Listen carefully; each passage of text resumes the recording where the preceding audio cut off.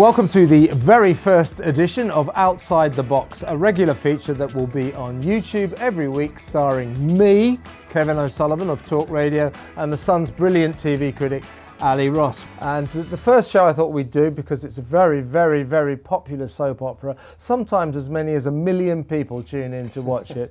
It's the BBC's EastEnders, which at the moment is remarkable because it has a pub in it called the Queen Victoria, and it's the only pub in Britain that's open. It's brilliant, isn't it? Yeah, yeah. And also, there's a hospital where you don't have to wear masks or anything. I know, you don't have to wear masks Incredible. anywhere in Albert Square, do No. you? And also, there's the cafe, Ian Beale's cafe. That's thriving as well. Yeah, it's how we used to live. Yeah. It's. I find it quite nostalgic. I'm almost enjoying watching it. There is something quite nostalgic about seeing people in Yeah. pubs not wearing masks. You see them in pubs, you see them having a pint, and you think, oh, Yeah, yeah. God, I'd kill for that. Yeah. Pubs were amazing. I love the way they... Should we go to the Vic tonight? Yeah, let's go to the Yeah. Vic tonight. Yeah, no problem. It's I'll see you in the wheat shift Yeah. at 6. Yeah, I'll be there. Yeah. But I watched last night, ahead of this discussion, I watched 3 or 4 episodes on the trot. Thank you, Kevin. Thank you. No mean feat, not- I can tell you. My wife was furious. A throwback to a She bad goes, time. oh, this in is a your great life." way to spend an evening, isn't it? Watching back-to-back EastEnders. I don't think that's what the BBC have in mind in terms of the audience. I'm furious at having to watch this rubbish. Anyway, I watched it. So you need to bring me up to speed about Sharon.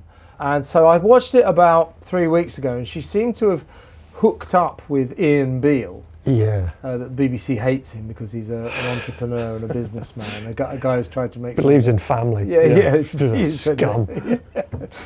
Horrible entrepreneur, businessman. Make yourself a drug addict, then we'll like you. Yeah. Mug a few people. Take some crack. Come on. So she had evidently married him.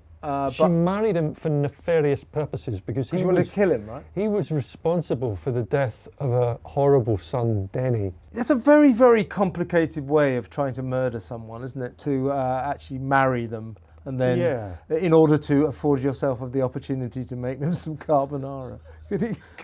She could have just asked him round. It's a hell of a Netflix series Yeah. if it had actually happened. But like everything in EastEnders, this bears no relation to life as we know it.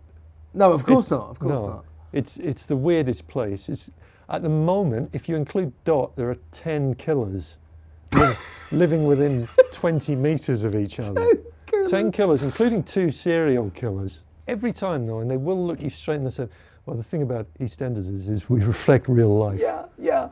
These are the things that when there's a COVID crisis, not so much. Yeah. The lack of reality there is astonishing, isn't it? The EastEnders, just ridiculous. And it's middle class people writing about working class people. Yeah, they know nothing of working and class getting it really, really wrong. Yeah. So what else is happening at the moment in EastEnders? So where Ian, we don't know where he is, but he's somewhere on the district line. And Brian Connolly, we're getting Brian Connolly. What's he going to be playing? He's going to be playing. And you've got to be careful how you say. I don't know how they talked him into this. His character is called Terry Cant. Terry Cant. Terry Cant. Sounds like a dinosaur. Well, it's a Terry Cant. He's Sonia's long lost dad. Oh God. And I'm sure if I checked the records, Sonia's dad would have turned up at some stage. But I wonder really how much longer the soap operas have got to go, really, because they are now not getting many audiences. As you say, they're churning the same stories round and round and round, and they're not very interesting. I mean, the stories in EastEnders are boring. But before we conclude this excellent first edition of Outside the Box, I think we have to talk about the programme of the moment, which was, of course, the final on Saturday of The Masked Singer on ITV, proving that ITV still can find a winning formula, but the BBC can't. And do you now accept that I had a point, Kevin? Do you know what? I mean, I like this show. I know you do. I think it works. I think it's got the best twist on television, and I really care. And they're going to do The Masked Dancer. That's a bad idea. They might as well just sit people down in a chair with a mask on and just say, guess who it is? Yeah. Because that's the only thing people care about. They don't care about the singing, do they? This is what TV stations do that. They get a successful format, then they over-format Kill it, yeah. The masked postman. It's just simple supply and demand. Yeah. You've got a hit, Yeah. leave it. The masked newsagent. I mean, you know, the possibilities are endless. But I did watch it, and I can see You liked it? It's fun. It's just not for me. I just couldn't really care who is below the masks. But I do understand why people would enjoy it. It's escapism.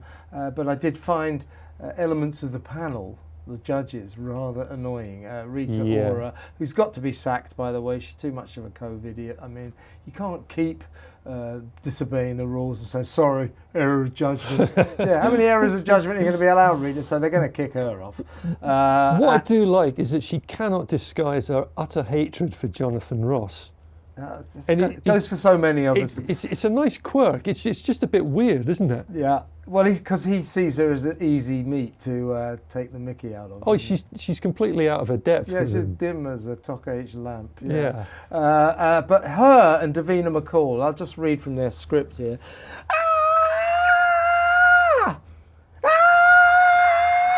Why do they call... Who are you? Who are you? Yeah, that's right. Yeah. Who are you? And then Mo Gilligan at the end. I never thought it was going to be you. John Thompson. I never thought it. Yeah, I know, Mo. You've been saying different names all the way along. We knew you didn't know. He's on 100,000 an episode. I mean, I wouldn't give him 100 quid. It was very noticeable when Matt Lucas came on. He was instantly better than all of them. Most of them have been doing it for 2 series. And the thing to do with it is treat it as a bit of a laugh. Mm-hmm. Rita Ora takes it really seriously. Yeah. And that's sort of the You're going to try and take my crown. Crown? What for? Nicola Roberts, right, going on about the sheer joy, the career high of winning it last year. I know how much this means. I know what it means to win the Masked Singer. Yeah. Not a whole lot, darling, I'll tell you. Oh, yeah, that guest appearance on Loose Women. Yeah. She's acting like it was a real kind of celebrity triumph for her. No, Nicola. For the entire series, except for 3 seconds at the end, no one knew who you were. When they did know who you were, it was a bit of a letdown. It was regal, wasn't it? Yeah. I know what it means to me. And it was Joss Stone, of course. Yeah, I thought Joss Stone played it exactly right. She said, it's just a bit of a laugh. Mm-hmm. I dressed up as a sausage. Yes, she did. And charmed everyone's socks off. And the sad thing will be is that agents will now see it as a way of lubricating clients back into the mainstream, because she's on the front of every paper. Yeah. It's reinvented her. She's not had a hit since 2004. Mm-hmm. And you will see that every agent with an angle, they'll want to be on there. So anyone that wants to be on that show should not be on it. Credit to that. I think they should put some more effort into the panel, get some really witty people on it, because at the moment it's a bunch of people shouting and squealing, "Who are you? Who are you?" And once in a blue moon, Jonathan Ross says something funny. They need more people to say funny things, because that's where the heart of the show is. But I would ditch Davina and get Matt Lucas in permanently. Yeah, and then but they're going to ditch Rita Ora, because she needs to be punished for her many errors of judgment when it comes to the coronavirus crisis. The rules of which she doesn't seem to think apply to her. No, she's famous. Yes, famous. That's all there is to it. Famous, isn't it? This has been Outside the Box. He has been Ali Ross, and I've been Kevin O'Sullivan.